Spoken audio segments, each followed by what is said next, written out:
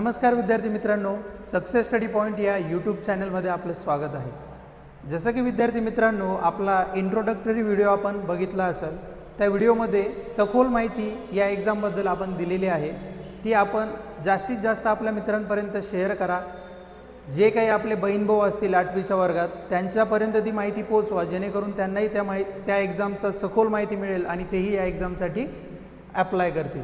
तर बघा, आपण आजपासून मॅथ्सची लेक्चर सिरीज स्टार्ट करतो आहोत. मॅथ्समध्ये जेही चॅप्टर आहेत ते आपण क्रमाने घेणार आहोत आणि जेही विद्यार्थी प्रिपेअर करत असतील त्यांना एक बुक रेफर करतो मी. अथर्वश्री पब्लिकेशनचं बुक आहे, ते बुक सर्वांनी घेऊन या. त्याच बुकमध्ये जे टॉपिक मेन्शन आहे, जो काही सिलेबस आहे, तो सिलेबस आपण पूर्ण करणार आहोत. तर बघा, मॅथ्सचा पहिला टॉपिक काय आहे? Rational irrational number. आपण 5वीमध्ये 6वीमध्ये 7वीमध्ये भरपूरशा गोष्टी शिकलेलो आहोत की नंबर कसे फॉर्म होतात, नंबरचे टाईप काय असतात. तर त्याच गोष्टी इंटिग्रेट करून हा चॅप्टर बनलेला आहे, ज्याचं नाव आहे रॅशनल इरॅशनल नंबर. तर बघा मित्रांनो, आपण 5वी 6वी किंवा 7वीला शिकत असताना नॅचरल नंबर म्हणजे काय, होल नंबर म्हणजे काय, इंटेजर्स म्हणजे काय हे शिकलो आहोत. तर बघा, नॅचरल नंबर म्हणजे नैसर्गिक संख्या. जी संख्येचा शोध कोणी लावलेला नाही आहे, नैसर्गिकरित्या भेटली आहे, त्याला काय म्हणतो आपण? Natural number. तर नॅचरल नंबर कसे कुठून सुरू होतात की 1 2 3 अँड सो ऑन, पुढे जेही नंबर आहेत त्याला आपण नॅचरल नंबर म्हणतो. मग होल नंबर म्हणजे काय? होल नंबर म्हणजे ज्या नंबर नॅचरल नंबरच्या आधी आपण स्टार्टिंग कशाने करतो? त्याची शून्याने स्टार्टिंग करतो, त्याची सुरुवात 0ने होते. तर बघा, पूर्ण संख्या काय म्हणतो आपण? का म्हणतो पूर्ण संख्या? जेव्हा पण नंबर लिहिले जातात तेव्हा 1 ते 9 आपण नंबर लिहितो, पण त्यानंतर शून्य नसल्या कारणाने आपण डायरेक्ट काय लिहू शकतो? 11. पण ही काय आहे? अपूर्ण आहे की 9 नंतर 11. जर हाच कंटिन्यू आपल्याला लिहायचा आहे नंबर 99पर्यंत, तर 99 लिहिल्यानंतर आपण 100 जर नसला, कारण शून्याचा शोधच लागलेला नव्हता, तर आपण काय लिहिणार आहोत? 101. तर बघा, याचा जर शोधच नाही लागला तर 101 तयार कसा होईल? तर ही संख्या पूर्ण करण्यासाठी शून्याचा शोध लागला. शून्याचा शोध कोणी लावला आहे? आपल्या सगळ्यांना माहीत असेल की आर्यभट्ट यांनी शून्याचा शोध लावला आहे. या शून्याचा शोध लावल्यानंतर जे काही नंबर होते ते पूर्ण झालेत, म्हणजे आपण त्याला काय म्हणतो? मग पूर्णांक संख्या. बघा आता, इंटेजर्स म्हणजे काय? इंटेजर्स आपल्याला 5वीच्या धड्यात पण आहे. इंटेजर्स म्हणजे काय?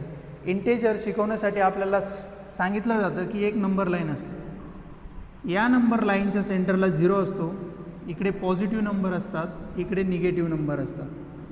बघा, इथे 1 2 3 4 अशी मार्किंग केलेली असते आणि इकडे निगेटिव्हमध्ये मार्किंग असते, -2 -3 -4. ओके. तर या नंबर लाईनवर जेही नंबर मेन्शन केलेले असतात त्यांना काय म्हणतो आपण? इंटेजर्स म्हणतो.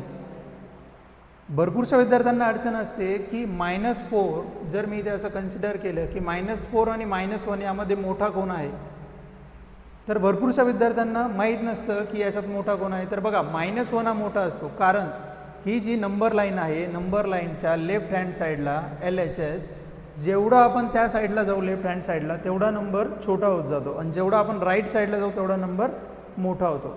तर बघा, हे 3 गोष्टी आपल्याला जेव्हा आपण याच्यावर क्वेश्चन प्रॅक्टिस करू तेव्हा आपल्याला कळेल की याचं महत्त्व काय आहे. त्यानंतर रॅशनल नंबरच्या काही प्रॉपर्टीज आहेत. बघा, रॅशनल नंबर कसा ओळखायचा ते आपण शिकूयात. की इथे फर्स्ट लाईन काय दिली आहे की जो नंबर आपण P/Q किंवा M/N या फॉर्ममध्ये लिहू शकतो त्याला काय म्हणतो आपण? Rational number. तर मग लिहायचा कसा P/Q फॉर्ममध्ये? P/Q फॉर्ममध्ये लिहिण्याचा फॉर्म्युला म्हणजे P/Q जर आपण असं लिहिलं तर हा जो Q आहे नॉट इक्वल टू 0 पाहिजे. नॉट इक्वल टू 0 का? जर हा 0 जर असला तर हा नंबर इन्फिनिटी नंबर होतो. इन्फिनिटी नंबर म्हणजे त्याला आपण P/Q फॉर्ममध्ये लिहू शकत नाही. याचंच डिटेल एक्सप्लेनेशन पुढे जेव्हा आपण याचा प्रॉपर्टी आता लगेच शिकणार आहोत तेव्हा तुम्हाला याचा पॉईंट क्लिअर होईल.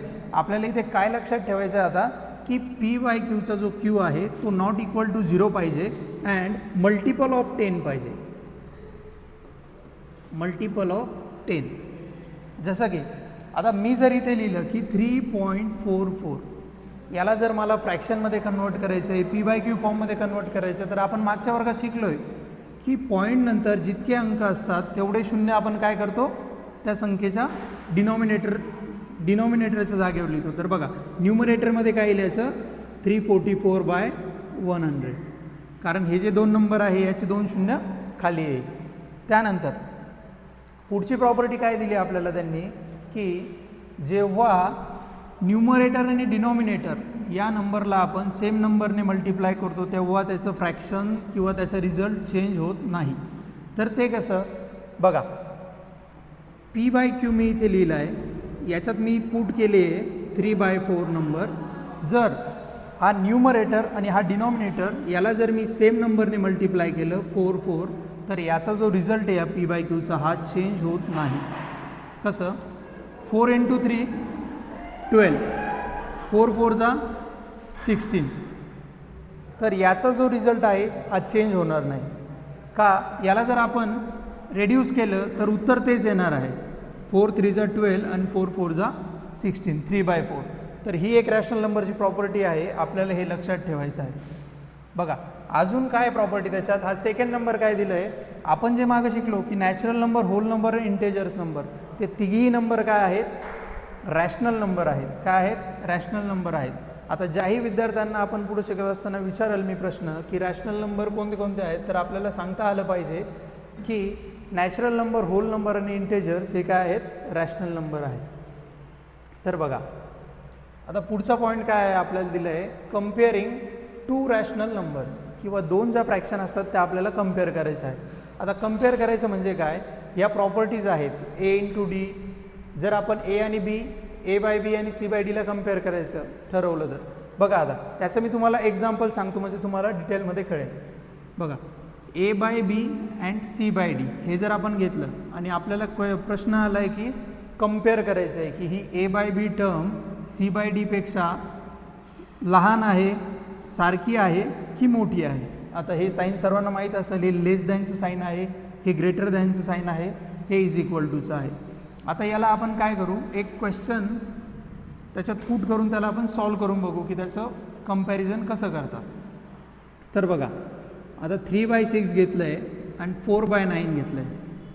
आता याला आपल्याला कम्पेअर करायचं आहे की हा A/B आहे आणि हा C/D आहे.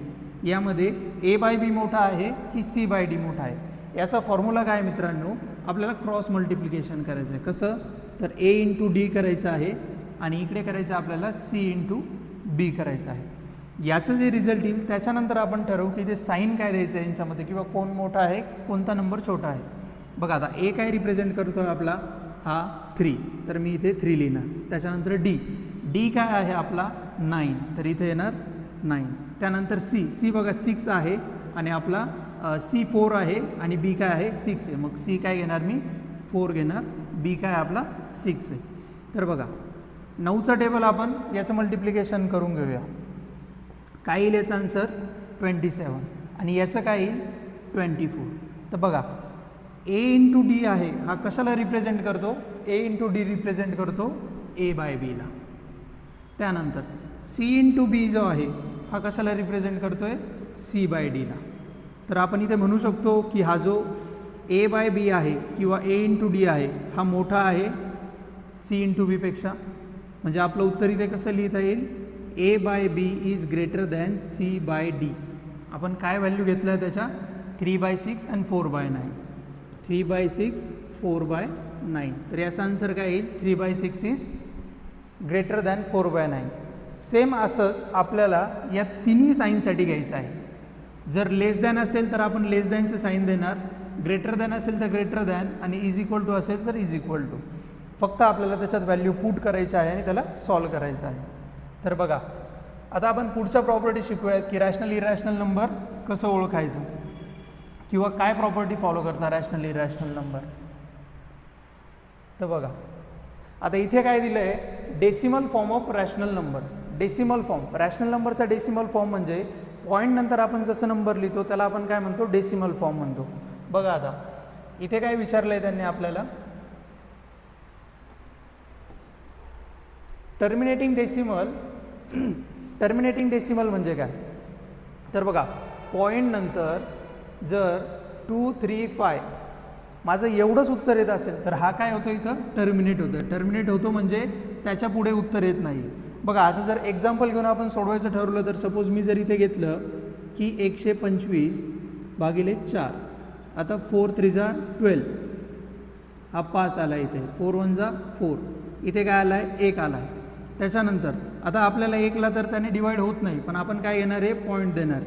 पॉईंट दिल्यानंतर इथे किती येतो आहे 4 2 जा 8, पुन्हा किती उरलं आहे खाली 2, 4 5 जा 20, आपली रिमाइंडर किती आली आहे 0 आली आहे. जेव्हा आपली रिमाइंडर 0 येईल त्याच्यानंतर पुढे कॅल्क्युलेशन होत नाही, मग आपला नंबर काय झाला टर्मिनेट झाला. टर्मिनेट झाला म्हणजे तो तिथेपर्यंतच लिमिटेड आहे, म्हणजे त्याच्या पुढे तो एक्सटेंड होत नाही आहे. त्याच्यानंतर दुसरी कन्सेप्ट काय आहे नॉन टर्मिनेटिंग. नॉन टर्मिनेटिंग म्हणजे काय बघा, आता त्यांनी एक्झाम्पल पण दिलं आपल्याला 5/9. बघा आपण जर आता 9नी जर 5ला डिवाईड केलं तर पहिलेच आपला 0 येईल पॉईंट. आता 9चा टेबल आपल्याला सॉल्व करायचं आहे. पुढं 9च्या टेबलमध्ये 9 5 जा किती येतात 45, पुन्हा काय येणार आहे 5, पुन्हा आपण 0 घेतला परत काय येणार आहे 5 45. आता हा जो 5 आहे हा कंटिन्यू राहणार आहे, याचं सोल्युशन होणार नाही किंवा याची जी रिमाइंडर आहे ती 0 येणार नाही आहे. 0 येत नसल्या कारणाने तो काय आहे नॉन टर्मिनेटिंग आहे. काय आहे नॉन टर्मिनेटिंग. नॉन टर्मिनेटिंग आणि पुढे पण काय होतोय तो रिअकर होतोय. रिअकर म्हणजे हा 5 पुन्हा पुन्हा येणार आहे 5 5 5 5 5 सो ऑन. तर याला आपल्याला रेड्यूस करण्यासाठी किंवा ॲडजस्ट करण्यासाठी आपण काय करतो, तो जो 5 असतो त्यावर एक साईन देतो. ती साईन प्रत्येकाला माहीत असेल त्याला काय म्हणतात, माहीत नसेल तर रिकॉल करायची आहे की त्याला काय म्हणतात, त्याला म्हणतात बार. जर सिंगल टर्म बघा आता सर्वांनी लक्ष द्यायचं व्यवस्थित, सिंगल टर्म जर रिपीट होत असेल तर आपण काय करतो, आता सपोज 3.444444 सो ऑन, फक्त 4 रिपीट होतो आहे तर आपण काय करतो या 3.4ला असं डिनोट करतो, असं रिप्रेझेंट करतो. आणि जर हे 3.242424 असं येत असेल सो ऑन, पुढं 2424 रिपीट होतं आहे रिअकर होतं आहे, तर आपण काय करतो सिम्पल 3.24ला लिहून त्याच्यावर काय देतो आहे बार देतो आहे. तर जो रिअकरिंग नंबर आहे पण टर्मिनेट होत नाही आहे त्याला टर्मिनेट करण्यासाठी लिमिट करण्यासाठी आपण काय करतो आहे बारचं साईन देतो आहे. तर विद्यार्थी मित्रांनो आता आपण बघूयात इरॅशनल नंबर. इरॅशनल नंबर म्हणजे काय. इरॅशनल नंबरची बेसिक डेफिनेशन आहे की ज्या नंबरला आपण p/q फॉर्ममध्ये रिप्रेझेंट करू शकत नाही त्या नंबरला आपण काय म्हणतो इरॅशनल नंबर. तर बघा p/q फॉर्ममध्ये रिप्रेझेंट करू शकत नाही याचा अर्थ काय आहे की जर नंबर असा असेल 3.24678 अँड सो ऑन, ज्यामध्ये कोणताही नंबर रिपीट होत नाही आहे किंवा रिअकर होत नाही आहे आणि ही टर्म टर्मिनेटही होत नाही आहे, तर आपण याला p/q फॉर्ममध्ये लिहू शकत नाही, कारण हा नंबर काय आहे इन्फिनाईट आहे. इन्फिनाईट म्हणजे तो रिपीटही होत नाही आणि सेम नंबर रिकरही होत नाही, तर त्याला काय म्हणतो आपण इरॅशनल नंबर. तो काय असतो दोन आपल्या ज्या प्रॉपर्टीज आहे त्या फॉलो करतो. त्या प्रॉपर्टीज काय आहे नॉन टर्मिनेटिंग आणि नॉन रिकरिंग. त्याचं एक्झाम्पल काय आहे बघा विद्यार्थी मित्रांनो, √2 √3 √11 हे त्याचं एक्झाम्पल आहे पाय. बघा आता पायबद्दल एक बेसिक गोष्ट तुम्हाला सांगतो. पाय याची नंबर पायची व्हॅल्यू ही रॅशनल आहे पण पायला आपण इरॅशनल म्हणून कन्सिडर करतो.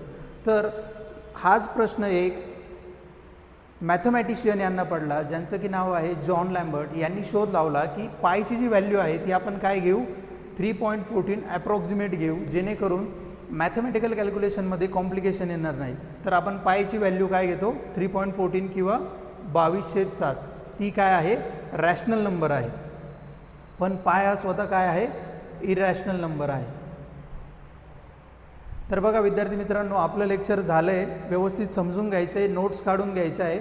आपण पुढच्या लेक्चरमध्ये भेटूयात, ज्या लेक्चरमध्ये आपण याच्यावरची जीही तुमची क्वेश्चन असतील ते प्रॅक्टिस करून घेणार आहोत, सॉल्व करून घेणार आहोत. धन्यवाद.